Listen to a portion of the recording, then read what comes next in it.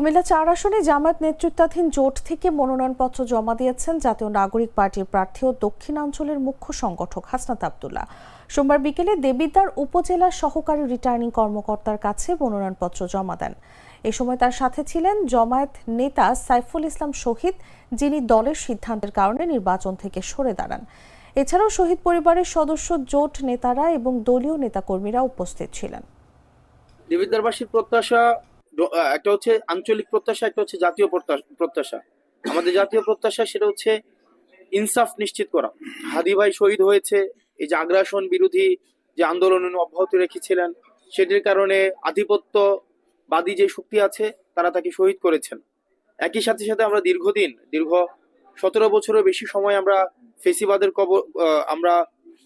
ফেসিবাদের আওতাভুক্ত ছিলাম। সেটির কারণে আমাদের মৌলমানবিক অধিকার বঞ্চিত হয়েছে, গণতন্ত্র লুণ্ঠিত হয়েছে, আমাদের অর্থনৈতিক টানাপোড়েনের মধ্য দিয়ে আমরা গিয়েছি।